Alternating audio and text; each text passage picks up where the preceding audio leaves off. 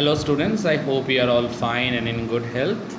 In my previous audio presentation, I discussed up to frightful breaking crest. In this audio presentation, I will be moving on to the next paragraph.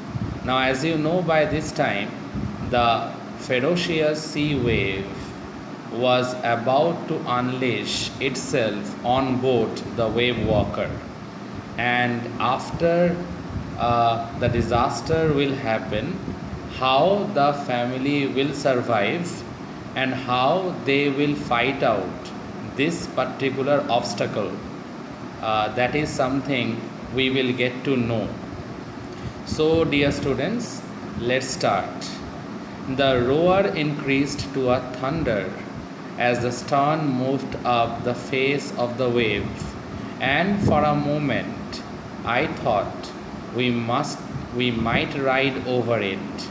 But then a tremendous explosion shook the deck. There was an explosion and it shook the deck.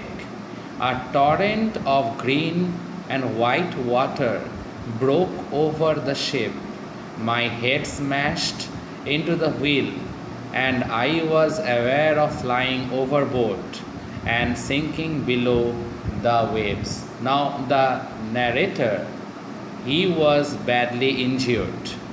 And not only that, a torrent of green and white water broke over the ship, almost destroying the ship. I accepted my approaching death, and as I was losing consciousness, I felt quite peaceful. Now he accepted his approaching death, and slowly and slowly the narrator was losing his consciousness, and at that moment he felt peaceful with himself. Now I am moving on to the next paragraph, dear students. Unexpectedly, my head popped out of the water. Popped out means came out of the water. A few meters away, wave walker was near capsizing. The meaning of capsizing means to turn upside down. Wave walker was about to be capsized. It was near capsizing means wave walker was about to be capsized. Her mast almost horizontal. Then a wave hurled her upright. My lifeline jerked taut. I grabbed the guardrails. Grabbed. Actually, the root word is grab. Grab means to hold something very tightly. I grabbed the guardrails and sailed through the air into wave walker's main boom. That means in the main navigation room. Subsequent waves tossed me around the deck like a rag doll.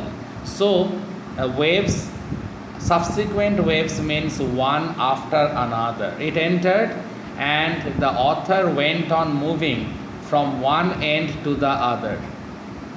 My left ribs cracked, my mouth filled with blood and broken teeth.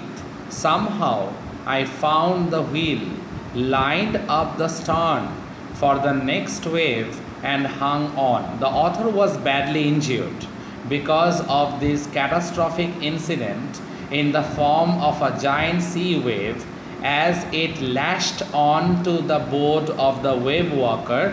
The author was very much injured. His left ribs cracked, his mouth was filled with blood and broken teeth. Somehow he found the wheel, lined up the stern for the next wave, and hung on, and decided to hang on to it. Water, water everywhere.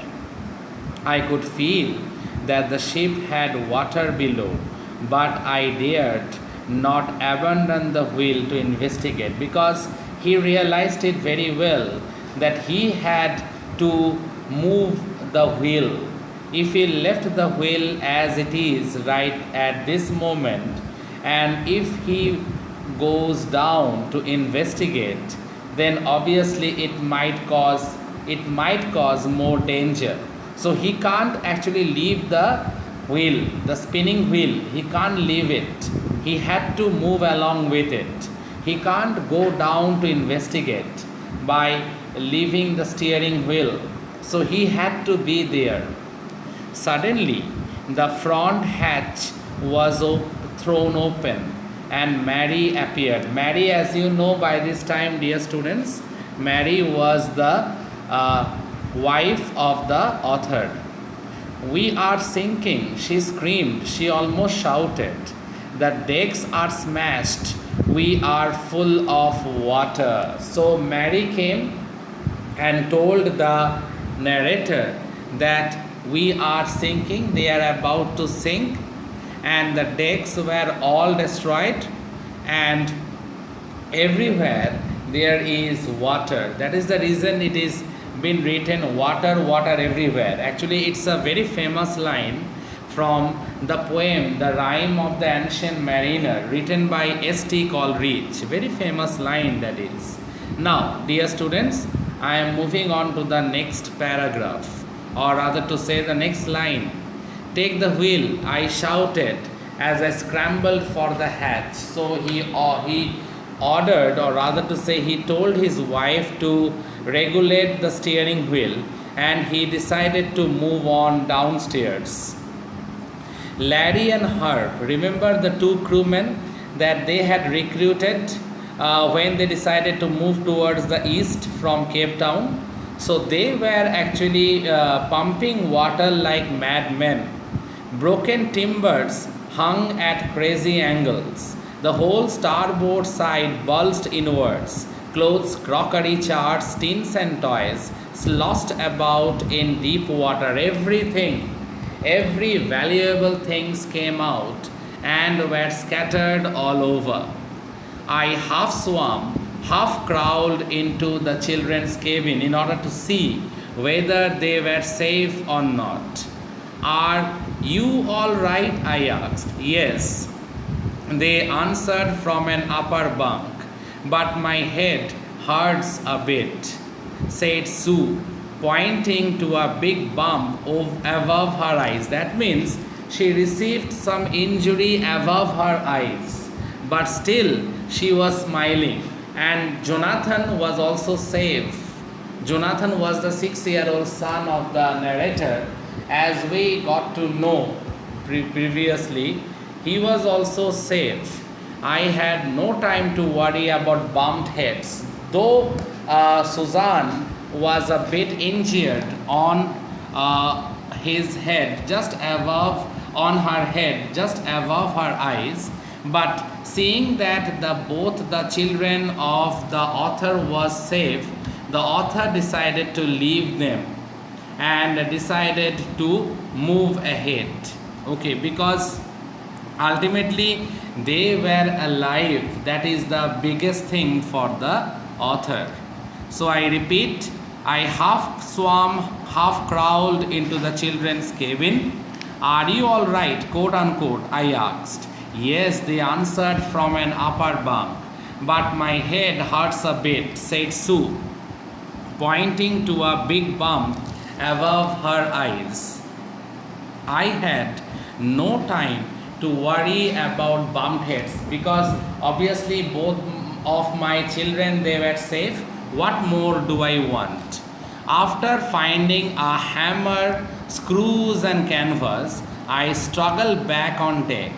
With the starboard side bashed open, we were taking water with each wave that broke over us. If I couldn't make some repairs, we would surely sink. And obviously, if repairing work is not done immediately, then obviously they would sink. And 16 years Mary and the narrator, they both had spent in learning about repairing work related with the ship vessel, related with the swimming, navigation, and all the necessary things related with theoretical knowledge as well as practical demonstration also. They learned everything, and for the past 16 years This was their target. They wanted to replicate or duplicate the voyage that was undertaken by Captain James Cook. That was actually the intention of the author, and he mentioned it initially in the very first paragraph. So let me move on. With the starboard side bashed open, we were taking water with each wave that broke over us. If I couldn't make some repairs, we would surely sink. So the author realized that immediately some repairing work is needed. If it is not done, then obviously the boat will sink. Somehow I managed to stretch canvas and secured waterproof hatch covers across the gaping holes. Some water continued to stream below, but most of it was now being deflected over the side. That's the good news. The water, it's deflected over the side.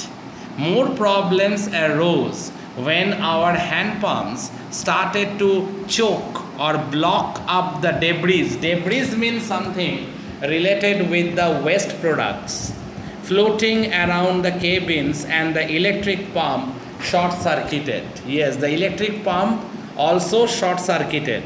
Now they had to search for a substitute pump.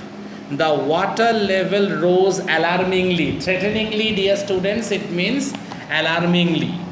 Back on deck, I found that our two spare hand pumps had been wrenched overboard, along with the forestay sail, the jib, the dinges, and the main anchor. Everything has been more or less floating on the deck, and all these things are related with that gigantic sea wave that had lashed on the wave walker. Then I remembered we had another electric pump under the chart room floor. I connected it to an out pipe and was thankful to find that it worked. Now all of a sudden, at this very moment, the author realized that they had another electric pump that was under the chart room floor.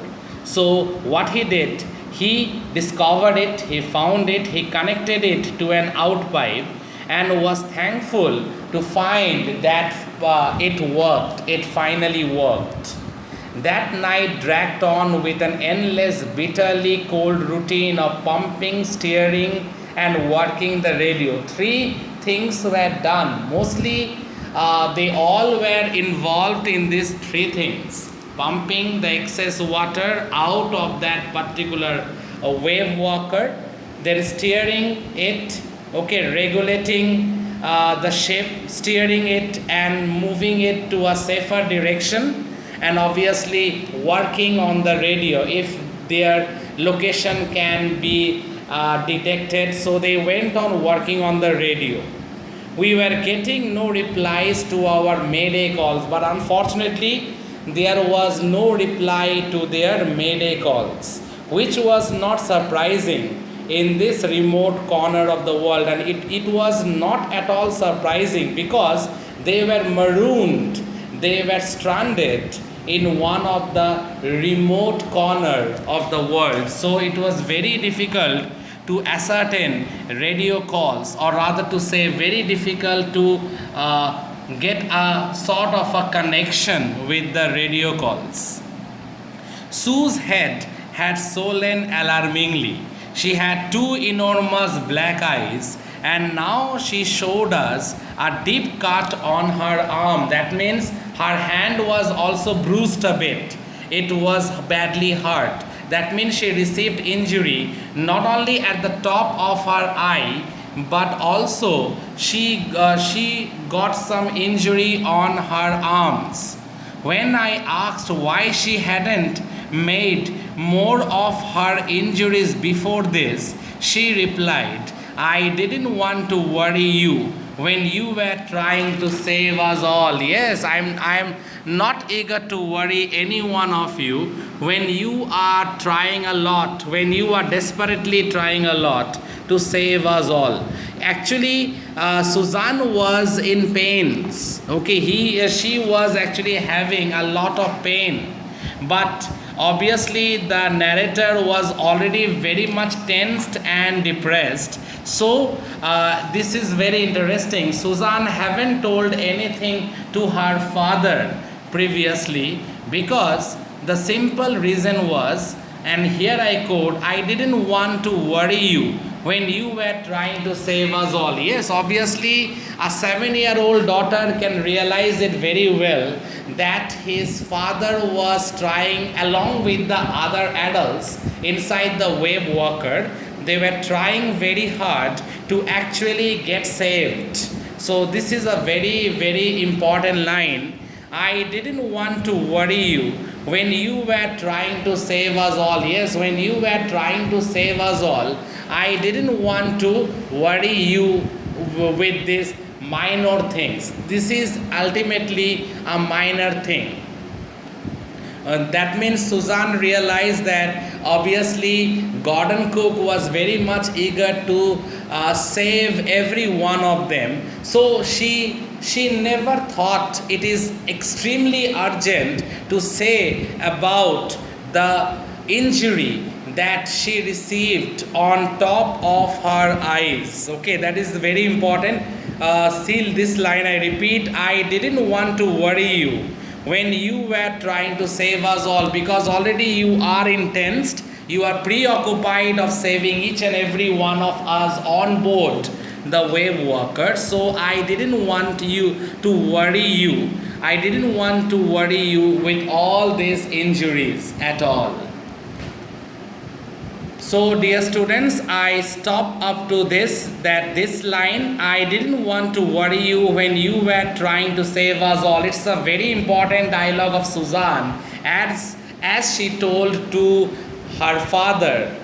And it's a very important one in the sense that what Suzanne was trying to say, that I will not worry you, because ultimately you are trying desperately to save us all from this violent weather. And obviously, who knows, there might be another catastrophic incident may follow or might befall on them. So see this line, I didn't want to worry you when you were trying to save us all. That means Suzanne already knew it, that her father was actually working desperately to save not only himself but also his wife and his kids, along with the 2 crewmen. So dear students, I stop here in this audio presentation. In my next audio presentation, I will be move on with the next segment from this particular chapter. Till then, stay safe, and I hope you will enjoy this audio presentation. And if there is any doubt anywhere, let me know about it. Thank you, students. Thank you all.